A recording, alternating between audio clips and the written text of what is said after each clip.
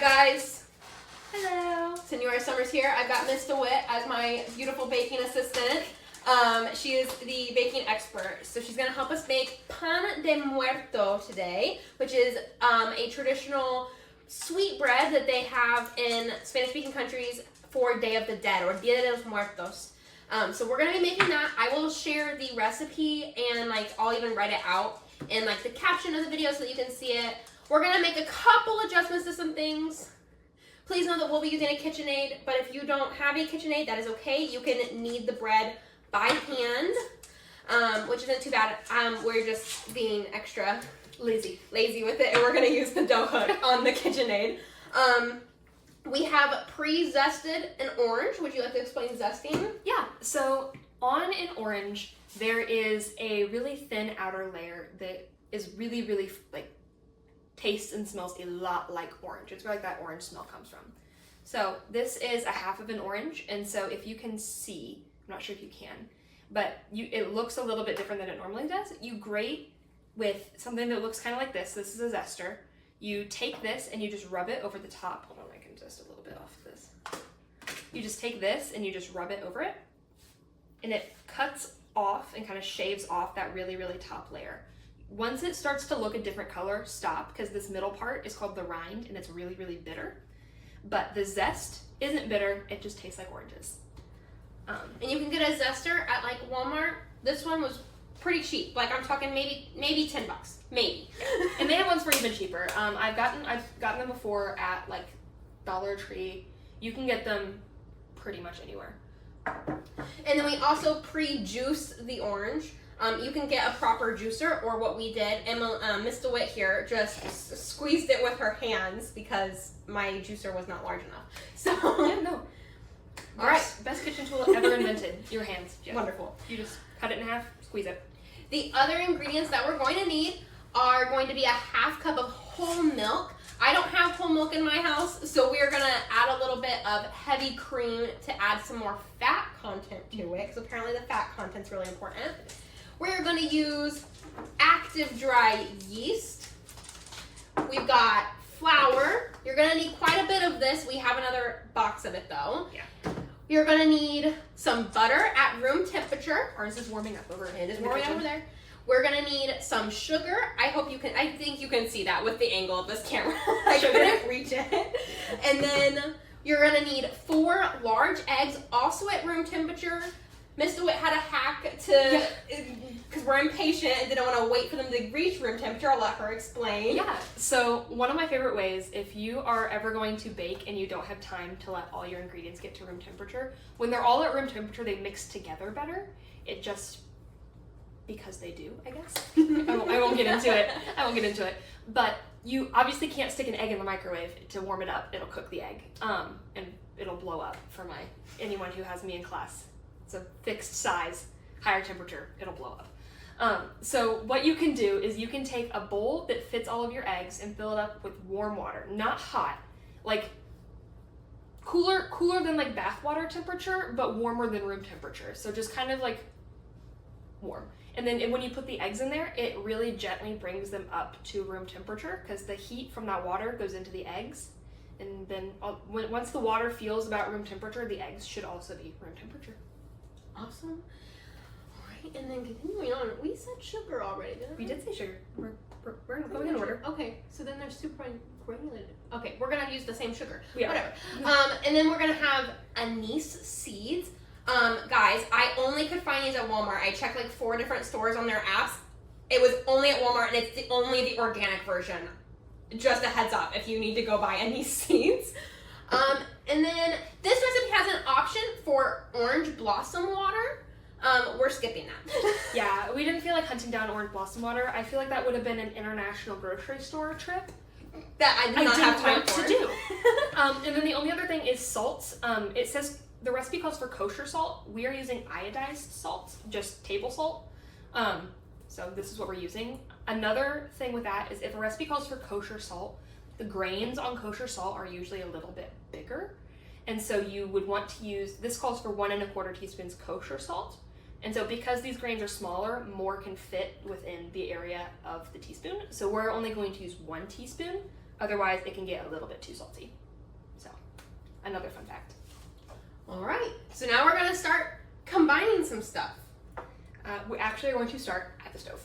Just kidding, we're gonna start at the stove. All right, so one of the first things we have to do is we have to heat up our milk that we're going to dissolve our yeast in. So yeast is actually a live organism. It's a, I can't remember, it's a prokaryote or eukaryote off the top of my head. I think it's a eukaryote. But yeast is alive, and so we keep it in the fridge in these little dry granules, but you can heat them up, and then they start producing carbon dioxide gas as they digest sugar, and then that's what makes the space, all the air in your bread. So to wake them up and get them started, you have to do it in a warm liquid. So whatever yeast you're using, this one we have, it will have a temperature on the back that says what temperature to use to activate your yeast. So this one says 110 to 115 Fahrenheit. So we are going to heat our milk to 110 to 115 Fahrenheit. So this calls for half a cup. We have 2% milk, not whole milk, so I'm going to do just shy of a half a cup of this and add in a little bit of heavy cream, just so we have a little more fat in our bread. So, pretend I poured that better.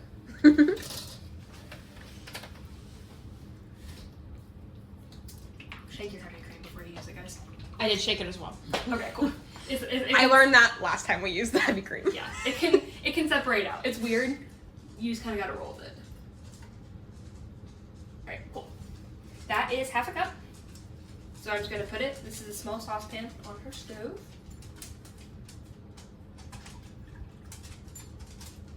I didn't do it with the milk, but a good rule of thumb is, I was told this by actually one of my lab professors, and I use it in the kitchen all the time, is pour with confidence.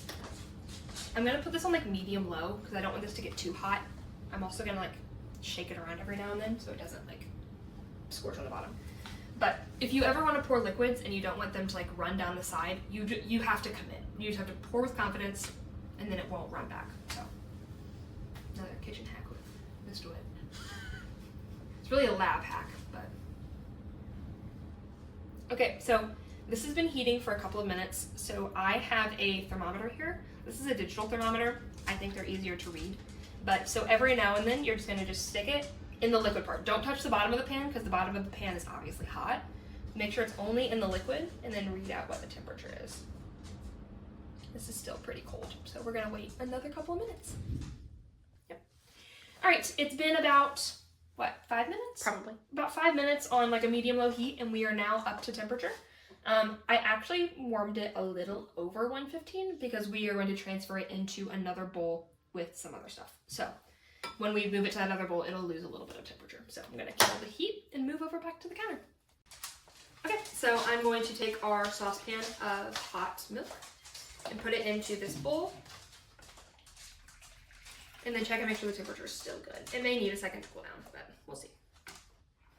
Thank you. Give it a second. This thermometer is a little bit slow to read. Yeah, it's really obnoxious actually. Alright, we need to wait just a second for it to cool down. Hold on. If you need it to cool down faster, you can swirl it and get extra air in there. So if you give it a little spin, it cools down a little faster. Ignore Mocha. When you do it this way, there's more surface area of the milk that's touching like the room temperature air, and so it can exchange that heat a little bit easier. In case you wonder why this does something. Remember when I said baking expert? It's my science degree coming into play. Alright, let's see what that did. I'm also impatient, fun fact, so. Okay,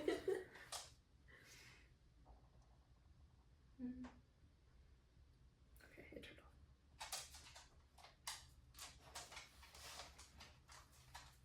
Alright, we're good. We're officially in range. Perfect. Beautiful. Thermometer. Thank you, dear. Alright, so we need 4 teaspoons of yeast. So, it's a cracker. Open. Those are all connected. I can unconnect them. It's fine. Okay. So just fill it up, tap it on the side to kind of level it out, and sprinkle her over the top. 1, This is a lot of yeast. 2, making a lot of bread. 3, and 4. And then this is also when we're gonna add our sugar and a little bit of flour because the yeast have to eat. We said they're an organism, they have to eat something. So part of what they eat is the sugar in the milk, but then another bit of what they're going to have is, okay, I guess it's just flour, is a little bit from the flour. So. And if you've never worked with yeast before, it does have a bit of a smell, and it's not lovely. Just so you know, I don't love the smell of yeast. I can tell a story while we're doing this. I worked in a research lab with fruit flies for 3 years. What do you mean? For 3 years. And fruit flies eat yeast. So you're just used to it. Yeah, so we would make yeast paste that we would feed them whenever we needed them to be a little bit more like full. Spoon your flour into the measuring cup, take the back of a knife, and level it off. That's how you measure flour. If you're in baking club, you know that. There you go. Tap her off in there, and then we're gonna whisk her. You're gonna whisk it? Yeah, so I have smelled a lot of yeast in my life. It's gonna be kind of thick. It's very thick. Oh, sorry, Mocha. Trying to show the class. I don't know that actually viewed anything, but it kind of looks like it's very thick and looks like very pancake. chunky. It's like thin pancake batter. Yeah. So make sure we get it all in there. Give it a stir, and then we're going to pick the warmest part of the kitchen, probably over by the stove. Sometimes, if you have a kind of a cool kitchen, you can also preheat your oven to like the lowest temperature it goes, and then turn it off. This is definitely mixed together. Okay, Mocha. And then turn it off, and then sit it in that warm oven. Ignore the doorbell, everyone. The doorbell means the dog needs to go outside. So I'm going to go sit this somewhere toasty, and we will see you in about 20 minutes. So this is what it looks like right now. It's starting to get some little bubbles. It will grow, like foam up to about half the size it started at, but those little bubbles that are happening means that the yeast are starting to wake up and eat the sugar and the flour and release some gas. So it's working. All right, so it has been about 20 minutes, so we are just about ready to bring our yeast back over. I'll show it to you before we add it into the bowl. But first, when we make this kind of bread, so the sweet bread, part of what makes it it's called an enriched dough. Part of what makes it an enriched dough is there is butter, eggs, sugar in it. So we're gonna start this kind of like you make a cake. So if you would like to put butter in our KitchenAid. All right, so we're gonna take the butter. Can I just plop the whole stick in there? I usually cut up my butter when I do certain things, just so it like goes together better. But we're just gonna take a whole stick of butter. This is the Blue Bonnet. I think it's technically margarine. It's margarine. But this is what I use when I have to put butter into something. And we're gonna take the whole stick. It's a half cup of butter, or 8 tablespoons, but it's the whole stick. We're gonna plop that in there. And then we're gonna water, and we're gonna turn it on. And it's just gonna spin around in there. And then this is also room temperature. Again, everything we put in here needs to be room temperature. So you let it mix until it kind of gets a little bit lighter in color and fluffy. I have her mixer on like 6 or 7 out of 10. Oh, look at that. Yeah. So I'm gonna scrape her down a little bit. And then we can like probably show them a little bit what it looks like with this on the spatula. Yeah, so it's starting to get a little bit lighter and a little bit fluffier, but I'm just scraping down the sides so we can let it go for maybe 2 more minutes and get a little bit more fluffy. Because this is also where some of the air will come in when we bake it. And when there's air and the air gets hot, it expands and it makes it fluffy. Okay, kind of rude.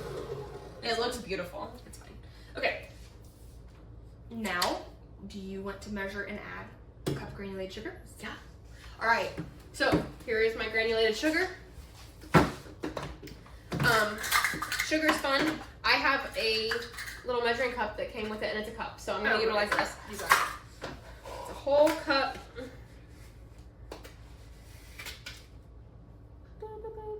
Ta-da! 1 cup, and we're gonna just add it to the butter. Yep. Dump it in. Whole thing, and there we go. And then you're gonna cream it just like you do when you're baking a cake. Beautiful. Which means we're gonna put it back in, Turn it on. lock it, because this thing likes to move. Yep. And this one, turn it on. Just bit more. There we go. 3 to 4 minutes. So we'll see you in about 4 minutes. Okay, so we have been mixing this for about 4 minutes. There's a clock. So the texture we're at is kind of like this. So it's pretty thick, but also, I want to make sure. Yeah, it's still grainy. Never mind. Cut that. But yeah, so it's kind of like this. It's lighter in color. It's a little bit fluffy. But now we start adding eggs. So when you add eggs one at a time and let the last egg fully mix in before you add the second. So adding eggs is a very slow process, but I've never done that when I've baked, but it's what you're supposed to do. All right, I'll let you go. All right, we're gonna roll up the sleeves for this one. Wow, I've never actually cracked an egg that's at room temperature, and I was expecting it to be cold still for some reason, even though oh my gosh, that really did not want to crack. I didn't crack it enough, I guess, in the thing. Oh no, the shell! No! Got it. Okay. Yeah. But Okay. can you tell the difference in like how thin the whites are when it's at room temperature? It does look much thinner. Yeah. Okay, so back up, real high speed. You really like No, kind of like medium, like 4. Now it looks very yellow compared to what it did because obviously the egg's in there. So it's starting to get a little thinner. It looks like scrambled eggs right now. It does really look like hotel scrambled eggs specifically. It does look like hotel scrambled eggs. My dog's gonna ring the doorbell. Can you let her in? Yes, I will let her in. Next one. Okay. Also, guys, just remember that when you are messing with eggs, you have to wash your hands or don't touch other things. They carry salmonella. Ah! You're really killing it on the egg cracking. Yeah. Girl. So newer summers can't crack eggs. We all have our strengths and weaknesses. See, that one better. It takes 2 seconds to flip that up and down. And it's annoying. And it wasn't even locked, so. Mixed in. All right. So now we are going to add our orange zest, orange juice, our anise seed, and our salt. Okay, I'm gonna wash my hands because I've been touching egg, and then I'm gonna get a napkin and a wet rag to wipe away the egg. Okay. All right. While she does that, I'm gonna add things. So this is our juice of 1 orange. I don't know how much it is. It looks like about a 1/4 cup, maybe a 1/3 cup, if I had to guesstimate. Feels like a 1/3 cup. Then mix that.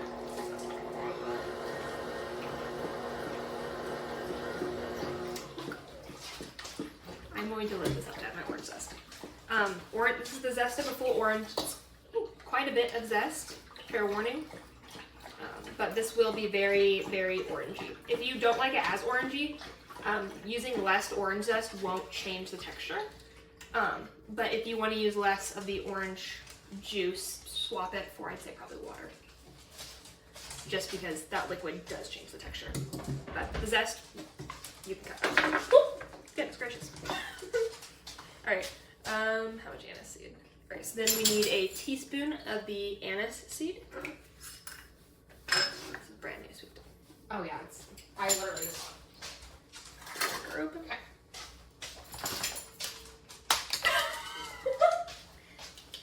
My bad. That went flying. Okay, so whenever you're pouring out spices, especially like this, these ones seem kind of bouncy because they're like literally seeds. I measure them over a separate bowl because I don't want to like overshoot it on like things like this. Actually never used anise seed before, I don't think. I haven't either. I had to hunt it down. What does it smell like? So we can give like something comparable. I don't know. It smells like a spice. It smells like something I know, but I don't know what it is. It's almost like licorice-y. It almost kind of smells like black licorice. I can't say that I've ever smelled black licorice. It smells like black licorice. All right, dump that in there.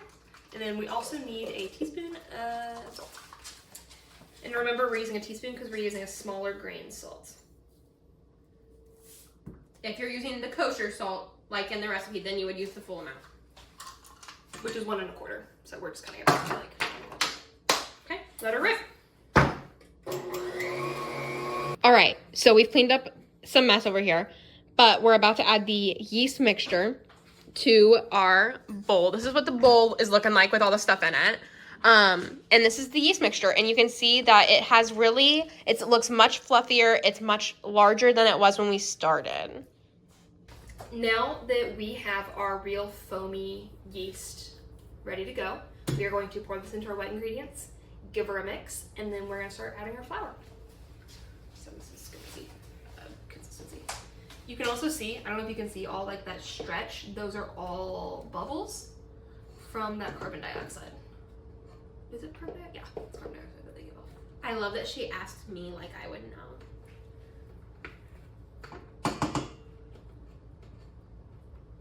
I was trying to remember if it was aerobic or anaerobic respiration. Science. I'm leaving all of that. Alright, cool. It's mostly empty. It's good enough. Baking is a science, but it's not an exact science. It's definitely a loosey-goosey science. So we add the flour about half a cup at a time. Make sure that all of the flour gets nice and well incorporated and has the ability to come in contact with the liquid and get hydrated. We're just gonna take this off Oh, here yeah, to make your life easier. Thank you. Alright, the flour. And then we'll have to, we bake a lot in my household. Not like overly, but enough that we have to have flour readily available at all times. A fun hack, if you ever have flour that you don't use super often, you can keep it in your freezer. I keep my bread flour and my whole wheat flour in my freezer. We should probably keep our bread flour in our freezer. Can I have the kniffy? Sorry. Because, fun fact about flour, while we're doing this, is flour is really prone to something called weevils, which is a little like bug almost. When it's left out and not sealed well, just kind of out in the open. Because I don't have containers for my non-all-purpose flour right now. I want them. I remember this list. Okay. I can't count, so someone is going to have to keep count. That was 1/2 cup, and we need 5 to 6 5 to 6 cups. So we're looking at 10 to 12 scoops. Okay, so we're at 1. Yeah. When I'm baking by myself, I seriously sit here and go 1, 1, 1, 1, 2, 2, 2, 2, 2, because I get distracted and then I forget. No, I'm the same way. But if I don't say it out loud, then I won't remember where I'm at. Especially given I'm doing things to measure and keeping an eye on it. So if I don't keep sitting here saying, okay, 2, 2, 2, 2, this is number 2, then I will lose it somewhere along the way. Especially when you're adding it in little increments and then mixing. Sugar in there. I think we'll be closer to 6 than 5. We're just looking for a texture, aren't we? Yeah. So we're shooting for the texture of Play-Doh. Oh yeah, I remember saying that in the instructions. Yes. So it is a soft dough, but it's still a dough. It's not batter. So if you think like brownie batter is very liquidy. Oh, brownie batter's thick. Well, I mean, Cake batter. okay. So, cake batter. Okay, so there's different levels of liquid to thickness. Okay, but It's gonna be brownie batter is arguably more liquidy than what this is going to be by a lot. Yeah. Okay. Yeah. It's not gonna just pour. It's gonna be a dough. It's gonna be closer to cookie dough than to cake batter. Okay, this is scoop number 3. Thank you, my dear language teacher who's counting for me. Science teacher. But anyone who has me knows I'm very easily distracted, so that's what the problem is. When I add flour, this is when I do use the stir setting on here. Or when I'm using my hand mixer, I'll fold it in with a spatula before I turn on the hand mixer. Otherwise, flour will explode all over you, and that's not fun. I know. I have done it. Do we want to scrape the sides? Yeah. Do you want to make it easier for you? That'd be great. It wasn't that big of a deal, but I mean, I need to lift it up to add the flour next hour. you're so right. Go down into the bowl, because there's probably chunks. There is totally chunkies, I bet. So we're just incorporating some of the flour that's gotten onto the sides of the bowl when it's been mixing. Yep. And I still have my fingers in a 3 because I'm also relatively easily distracted. I have when I've made brioche before, which has a lot of flour and like a lot of ingredients. I want to make it for baking club, but I think it'll take too long. When I've made brioche before, I have had a piece of paper or a sticky note and a marker that I like wipe down with like a Clorox wipe, so it's like clean-ish. And I have done tally marks for every cup of flour I've added. Or like I used to make bread for French toast when I lived with my parents. I don't anymore because I don't make French toast. But I would make the bread for a French toast and for like breakfast bakes the night before. And I'd make a whole bunch so then I could like freeze some of it and not have to make it every time. No one was making me make bread for this. I did it of my own volition. But yeah, I also then would have like little tally marks. This is number 4. 10, probably. 10 to 12. We're getting through this. It's slow. It's just a process. Locker, start. We're about 40% of the way, and it looks like cake batter right now. Beautiful. It'll probably still. I mean, they can also see it totally. Oh. When it comes up like that, because that's totally in the view of the camera, which is perfect. Kind of beautiful. Make sure you empty out a container before you put new stuff in, otherwise the stuff on the bottom will start to spoil, and then it makes the stuff on the bottom bad. So if you want to put that in there. That's really cool. I am going to shake this out in over this, just Really fine. My household will go through this relatively quickly. We have become a very from scratch household. I don't know when that happened. I was a very from scratch household until I lived by myself. Now I'm not a from scratch household. Now This is number 5. Yeah. I'm trying to become more from scratch, but that means I have to like share with people. Yeah. Like I I have one day a week. On Sundays, I go over after. In the evenings, I go over to one of my friends' houses, and we have like real dinner. So I'm slowly convincing her to let me make Sunday dinner. I'm like, I'll make it at your house. Like we can hang out all day, but can I make Sunday dinner? Because I miss cooking for people. It's like that's like my like love language. So see, it's starting to get a little bit thicker. It's like sticking to the paddle. Definitely thicker. You can still use this. And I just have to go up on my tippy toes. I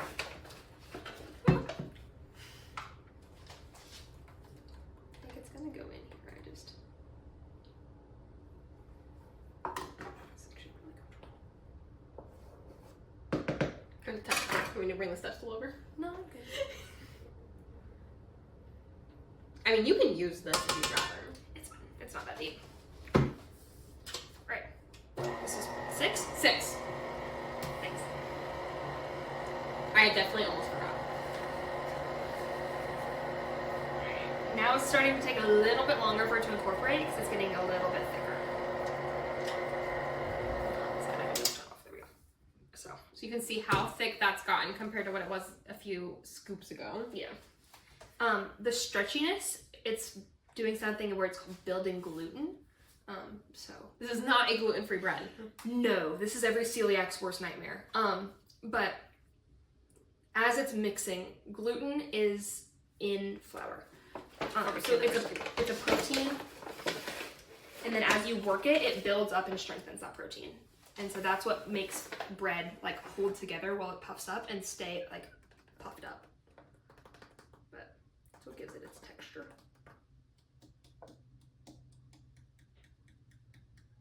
Yeah. Monk. Number 7.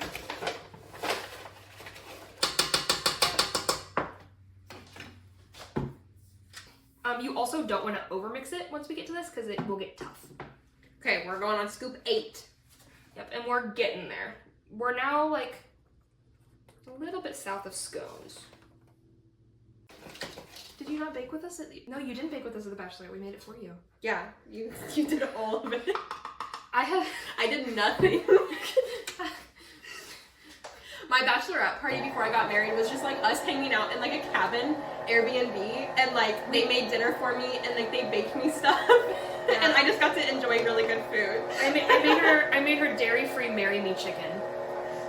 It was very good. I can't eat dairy, So she found it was a really good recipe. I was very nervous because a lot of dairy-free alternatives just aren't as good, but this one was really good. I really liked it. Yeah. So, just a fun fact. Okay, scoop 9. I know, but every year I'll tell more stories. Every year at Easter, for years, my best friend, her mom for Lent, she's not Catholic, but she still does Lent. I don't know why. Scoop 9. Gives up added sugar. Oh wow. Yeah, so like she gets like added sugar-free ketchup. Like the only sugar she consumes comes from like fruit and stuff. My descriptive signs We're gonna. It's getting real viscous. When do we switch to the dough hook? Is it? Um, Because like this is getting very. I don't know. You have the recipe. It says after we get all the flour in there. okay. Because that's when you start to build it up. But see how thick it's getting? It's very thick. That pole is gluten. Right. That's number 9. So we've I'm gonna got. scrape her down. Okay. Yeah. But so I had that's grammatically correct. Yes. Scones at a family friend's house in Minnesota around Christmas time. Thanksgiving time actually. And I found the recipe again online, and I make them now every Easter. They are orange chocolate chip scones. That was very you. They're delicious. They're the same ones Brittany makes. If you ever had Brittany's orange scones. No. Okay. They are orange chocolate chip, and I love them with my whole entire heart. But I make them every year as her it breaks her fast, like breaks her Lent fast. So I made them. All right, we're going on scoop 10. I think we are almost done with this part. Yes. And we are getting really close to the right texture. So remember we said we're looking for the texture of it'll kind of look and feel like Play-Doh. You just gotta roll with it. Yeah. You know, I take them over the night before at like 10:30. I love it. I leave them on her porch like the Easter bunny. I did, I'm serious. I love it. Like I leave them on her porch. I leave them on her porch and knock and leave. Didn't even see her. Fair enough. My mom took me over before I could drive, and then once I could drive, I did it myself. That's really sweet. Okay, yeah. See, it kind of looks like Play-Doh. So we're done? I'm gonna add one more. We're gonna add one. Hold on, let me. Miss DeWitt has to figure out what she wants to do. Sorry. It does look very. I want a quarter cup more. Can we guestimate that? Or Yeah. do I need to Oh, guess? I'll guesstimate. I'll guesstimate. Yeah. Because this should be enough. Because this is a little over a quarter cup. I'll just add that in. Okay. So this is 5 cups, and as you can see, it's holding together well, but it's a little bit loose for my preference. So I'm going to add about a quarter cup more-ish of flour, just a little sprinkle, and then we're going to switch to a dough hook to start kneading it. That was a very estimated quarter cup. Yeah. This is the texture I want. Okay, so this is Oh, what yeah. I'm shooting for. So it's... We need to mix that a little. Oh, Yeah, we're I'm going to scrape it down and add the dough hook, but see how it's kind of holding its shape?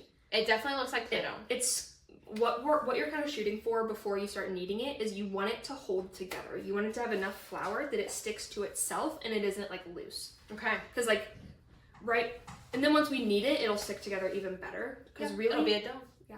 Yeah. Our goal at the end is when you lift you should be able to lift the whole mass out with your dough hook. Love it. At least that's how we do it with brioche. I've never made this kind of bread before, but that's how I do it with I brioche. think it's a similar texture. Okay, so I'm going to scrape this off and switch to a dough hook and start kneading it. Okay, so it's been mixing for about 2 minutes, and if you can see, as it stirs, it's starting to pull on the sides. Let me get it up to its speed it's supposed to be at. It also shakes the counter, so sorry for the motion sickness, but yeah, it's starting to kind of pull on the sides, and that's that gluten forming as it's mixing. But more and more is pulling off the sides as it goes, and it's kind of forming a ball on the dough hook. Okay, so that took us a while. We had it going a little bit lower because it was shaking the table. So that took about 20 minutes, 25 minutes? 25 minutes. But now, as you can see, it's real thick. It wouldn't even stay on the hook. So what you're looking for when it's mixing is if you're using a mixer with the dough hook, is you want it to mostly be sticking to the dough hook and pulling away from the sides. But that is where we got this to. What if you're kneading it with your hands? What are we looking for? In case they don't have a fancy mixer like this, because that's This is not like just a commonplace thing, let me tell you. Yeah. You just want it, it's still sticky, but it doesn't stick to your hands, if that makes any sense. Like it's, Yeah. like it feels sticky, but like when you pull your hand away, it's not like sticking to literally everything. Like I will use my hands to transfer it into this bowl and pull it off of stuff instead of the spatula at this point. Do you want this to like scrape the hook? So you don't, I mean, I guess you don't have to. See. Great, okay, oh, hold on, I sprayed it. See? Just We have stick it to, off. we have to spray the bowl so that it's like oiled. So we're gonna use this really big bowl that we have because it's gonna like double in size. So we're gonna just spray that. And then, great. You kind of flip her and let it kind of shake out. Sorry. It'll just kind of flop out for a second. Oh! It's coming out. You could scrape it, but I find this more amusing. But it also shows how strong that glue is getting. Look at how, it's like a cheese pool. Yeah. With dough. Okay, I'm gonna scrape the rest of it out though. But see how it all kind of stuck together? There's not much left in here. It's just where gravity got a little too heavy.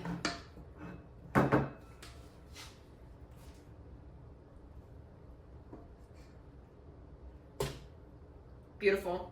Alright, I think this could be a snack. So. Don't eat raw dough. Do as I say, not as I do. Alright, and then kind of give it like a zhuzh. And then this is a time hack. We need it to double in size. When you come back to this, and it'll take like somewhere between 1 and 3 hours. When you come back to this in an hour, chances are you're gonna have no idea what it looked like when it started because you were going to probably do something in that hour. So take a picture of it. We're gonna take a picture of it. Yeah, my phone's right there. So we are going to take a picture of it and then cover it in saran wrap. So when we come back, we can compare how high it is in the bowl in the picture to where it is with the saran wrap. And if you don't have plastic wrap, you can also just take like a clean dish towel and cover it that way as well, and that's totally fine. Yeah. A big part of covering it is just making sure nothing gets in it because it is going to sit in a warm spot in your kitchen for a couple hours. We could see, since we said my kitchen's not super warm, we could see if my garage is warmer. Oh yeah. My garage is like not well insulated. Yeah, but it's I'm gonna have to do. no, we're good. That's covering the edges. Maybe. Barely.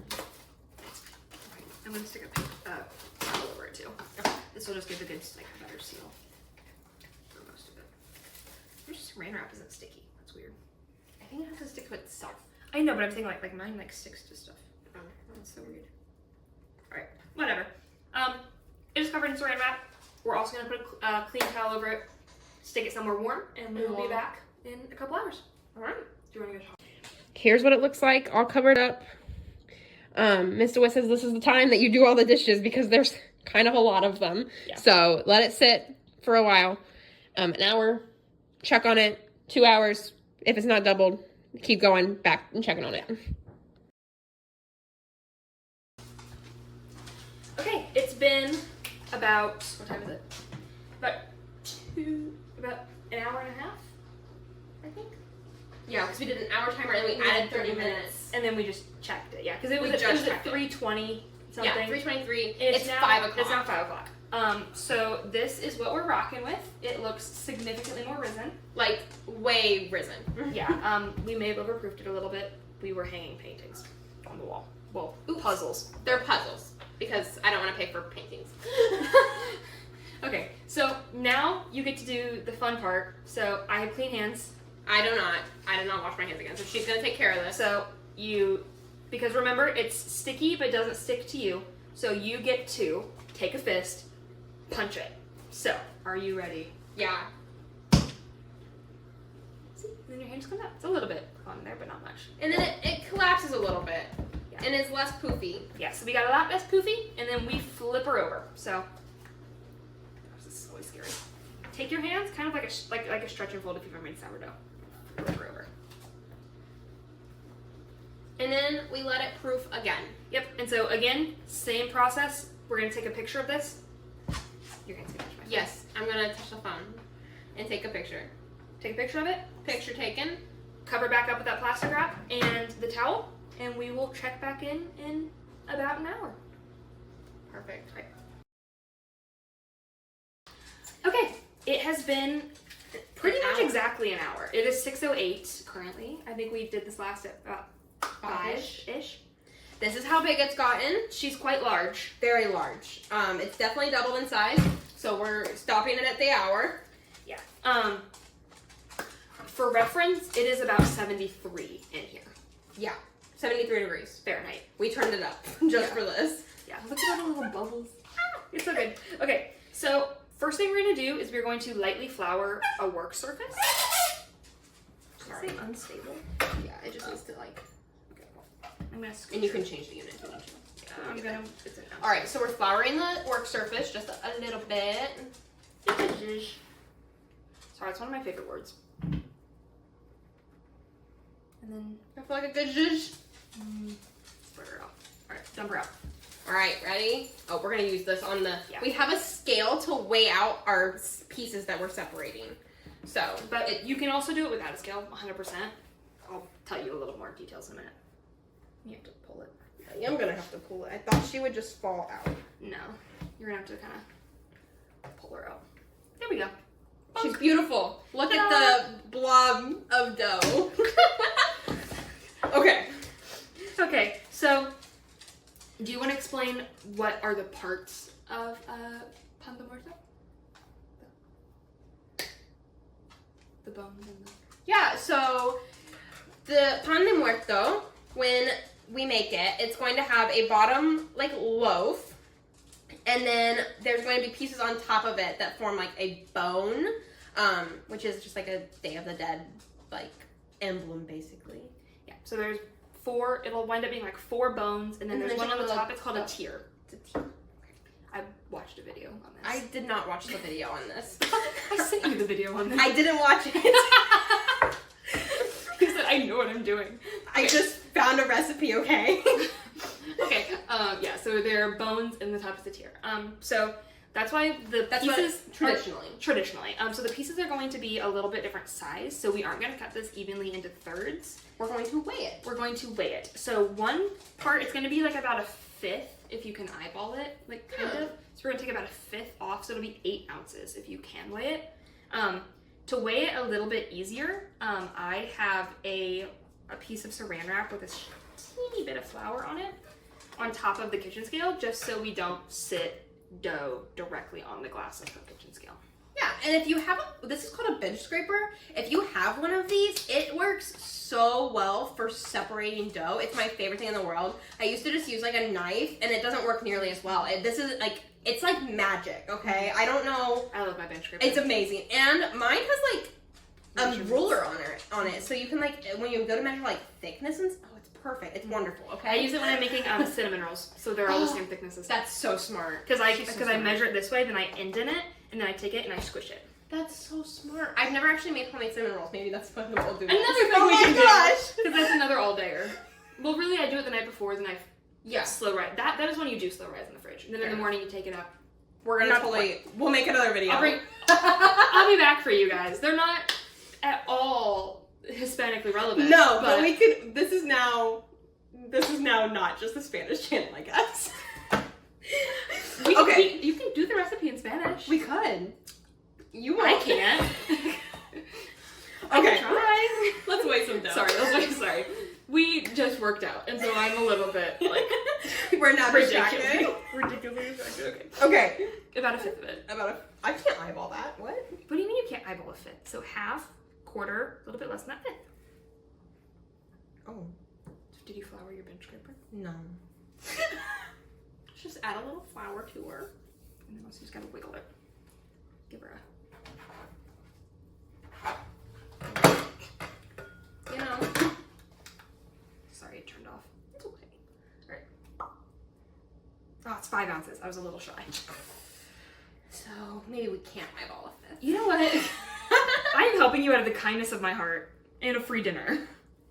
I'm making her dinner. She's making me spaghetti. Okay, this is about 8. This is gonna be 8. I can feel it. Yep, 8.1. Beautiful. We'll take 8.1. Alright, so this is actually going to get more flour in it in a minute. So I'm going to dump a little extra flour over here because we add more flour to this part to make it thicker. So I'm just gonna stick it on a little wad. Sorry. flour over there. Perfect. All right, then this will be into equal thirds. Equal thirds. Do you think you can cut it into thirds-ish? They should be 14 to 15 ounces-ish. I hope everyone enjoyed my concentration face where my tongue is out because I definitely did that. Okay. Does that look about thirds? Yeah. Do you want me to cut it and weigh it and you get a baking sheet with parchment paper? Yeah, that sounds good. Yeah. Sorry, I don't know her kitchen. Alright. Can we take her on here? I wonder if everyone keeps their baking sheets under their stove because that's where my family has always kept them. We didn't growing up, but we had like a cabinet that was like skinny that they went in. I keep them in my pantry now actually because I keep my lid under my stove. Alright, so this is 13.3. So that's 1. It also depends on the mass. If I really wanted to be good at this, I would have weighed the whole blob and then divided that by 3, but I don't feel like doing that. Yeah, that sounds... This one's 14 even. I mean, that's really close. Yeah, and as long as this one is 14 even, between 13 and 14, I'm calling it a win. Dang it, that one's 11. Okay, I'm gonna cut like A little bit off of each, a maybe? little bit off of each. I'm gonna do a little more off of this one than that one. Oh, but not too much because I want them to all kind of wind up at 13. Was this one already 13? About. Okay, this is 12.6 right now. That felt reasonable. Hold on. Now it's 13.4. As long as that one should be about 13. Okay, cool. So I'm gonna take about 0.4 off of this. Perfect. And then this one should be about 13. Eyeballing it's fine too. It's close enough. There we go. Okay. Cool. Okay, so we are going to make these into balls and then put the balls on the parchment. Okay. Don't grease your parchment or flour. Just make these into a ball. Do you know how to make it into a ball easier? I don't know. Hold it in your hands, kind of pull it and tuck it, and then it makes the top smooth. It also helps to give it a nice crust because it's smooth and it kind of pulls the bubbles to the surface. And then you kind of pinch it on the bottom, and then you stick it on you. Yep, that's it. Ta-da! I mean, I feel like that looks pretty solid there.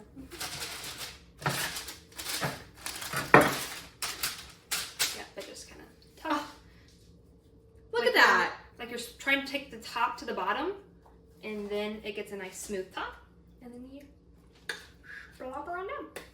Look at our little loaves. Those are our little loaves. All right, Beautiful. so then you press. Oh, we probably need to scoot it this way a little bit because you press them down to flatten them a little more disc shaped. Oh. There's still a good amount of air in them. I'm gonna flour my hands. There we go. Ta-da! All right, so now we're gonna add 3 tablespoons of flour to this. There's already a little bit on it, so I'm putting like 2 tablespoons of flour on this. Do you want a tablespoon? No, Or are you just gonna eyeball it? it's half of a quarter. Half of a quarter is 2 tablespoons. Who knew? I need like a measurement thing in here. I have one in my brain. Sorry, I'm really tired.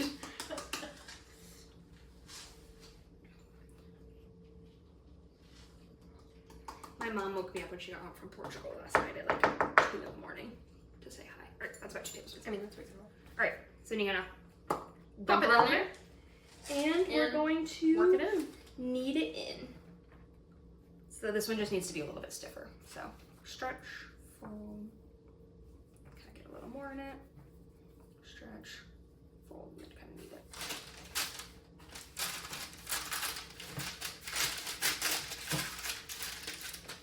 So this one is for the decorations. So we want it to be a little stiffer, so it's like just Sits on top. so it sits on top. And so it won't kind of, when it bakes, it won't like just flatten and melt down onto the other ones. So this one you want to get it nice and mixed in there. Kneading it more also is going to put more gluten in it. That's why we're doing, but it is what it is. These are decorative, not necessarily taste driven. All right. Functional. Yeah, there we go.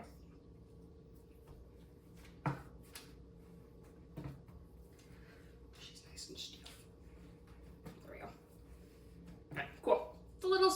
looking, but now you can't see it. Okay, so we're gonna divide this into 9 equal parts, this says. Yes, okay, cool. So I'm going to kind of squish it into like a rectangle. That's what I do when I make tortillas. I don't make tortillas. I make tortillas. I come over when Michaela makes tortillas. Sorry, when Senora makes tortillas. Okay, so It's not like they don't see our first names on Big Blue Button anymore. I know, but you've been really good about calling me Miss DeWitt and I. Yeah, I definitely messed up earlier though. That's Okay. fine. Alright, so then each third into like kind of thirds. This is very loosey-goosey. Because like those I want to be the same size so they bake evenly. This is decoration, so it quite literally does not matter. Because we're also not using this for any sort of like religious purposes. Like it's not like hollow where it needs to be like even or something. Okay, anyway, not the point. So sorry. So 3 of these are going to be the ball on top. Yeah, so we just need to. So just make it into a ball. And this one you can just like. This one you can just. They're small enough. You can just like roll it little. in your hands. And then you should be able to just. Do we put the bones on first? I feel like it sits on top of the bones in my brain. Is what I see. Yeah. So these we're now gonna roll into like little bones. little bones. They kind of look not very appetizing, but It's okay. there's also like a spot there where it's like definitely has more flour than the rest, and so it's just like kind of like it just needs to be long enough to lay over it, so it's like this length. We can also stretch it when it goes on there, and it's not that deep. It's really not. Oh, that's so much faster. Gravity, baby, gravity. Putting my 2 years of ceramics classes to good use. Pull a handle. Boom. I still feel like I need to like pull it out a little bit on the table. Yeah. Just because like there was one part that was like fatter than the other. Yeah. Just kind of even. You just want to like even tube. Alright, you can do that one. Woo! We need a little bit of water. Water's that way. I know, but I'm saying what I like need to put water on with. I'm gonna get a little. Do you have like a pastry brush? I do. I don't know. I mean, Is it it's silicone? Yeah, it's silicone. It's in there. I was like, I don't really know if that's considered a pastry brush. Yeah. It is in fact a basting brush though. Yeah, same thing. I use it for butter spreads a lot. I'm just gonna use my water glass. I don't care. Fair enough. All right. We're back with long strips for the bones and then 3 little balls of dough for the tiers on top. Okay, so the order we're gonna put them on, we're going to go bones, then tiers. Yeah. And the tiers sit right on top. And the bones are going to cross each other. Yes.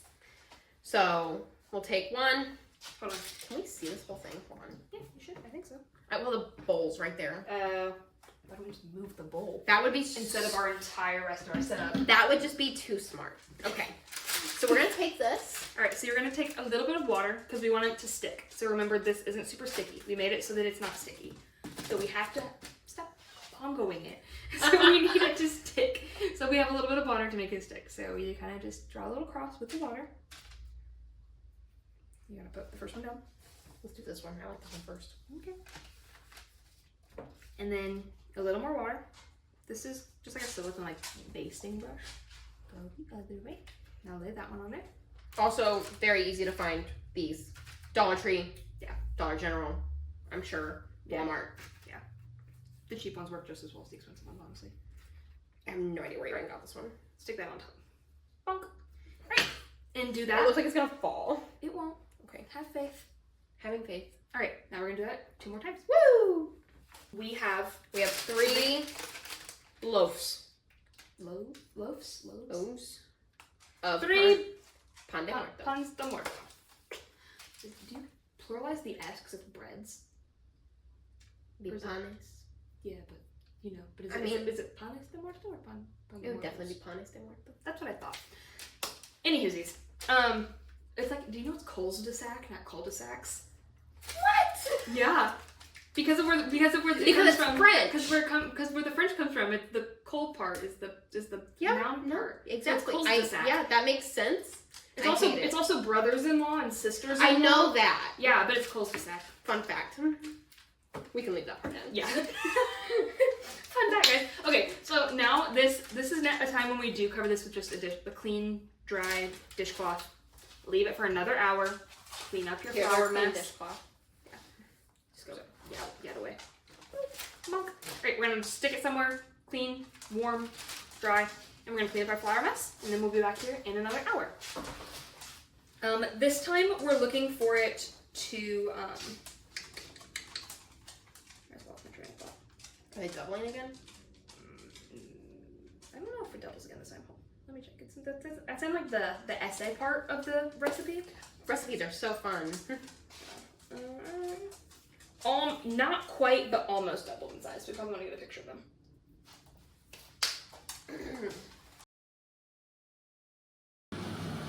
Okay, it has been about an hour, a little over an hour.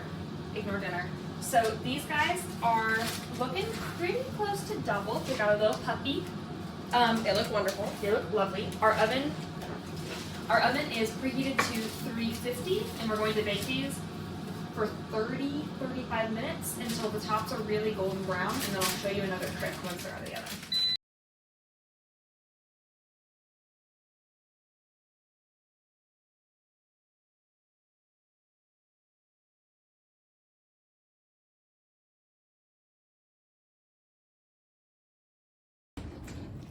Okay, so they are out. There is one more way you can tell if they're done or not. Can I have a pop of it? Yeah. They're gonna be hotter. If you, it's a little precarious, okay. If you flip them upside down and you tap on it, it should sound hollow. You can't hear it, it sounds hollow. But that means it's airy. Okay, so to finish these off and top them, we are going to brush them with melted butter and sprinkle them with some sugar. So first we need 2 tablespoons of butter. Okay, so we're gonna cut 2 tablespoons off. Boom, boom, beautiful. And then my favorite way to put it in the microwave to melt it is to cut it into smaller pieces just so it melts a little faster and like easier. So, well, there we go. So I'm gonna cut it into small little like pats of butter. Gonna be about 4 of them for this amount of butter, and then I'm gonna cover it with a paper towel because that gets a little ridiculous if you don't. And then likes to spit. And this amount of butter should take like 30 seconds to melt, and it won't be super bad. Yeah. So we'll be right back. After 30 seconds, we are back with melted butter, and so now we just brush them with melted butter, sprinkle them with a little bit of sugar, and we're done. Yeah. Okay. So let's. Some butter. Kind of just like squeeze it over.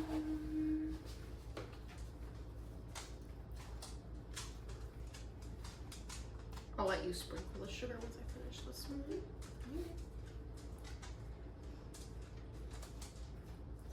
Does that feel like enough butter?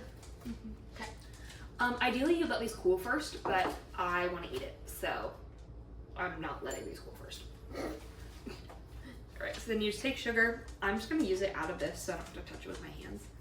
And just give her a sprinkle. And this kind of makes a little crust as it mixes with the butter. For a nice little kick.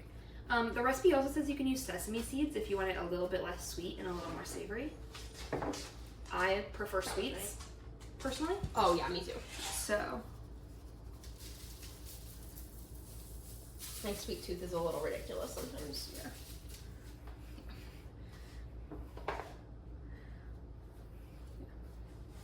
It's actually been unofficially decided that in baking club, I have the sweet, because we alternate.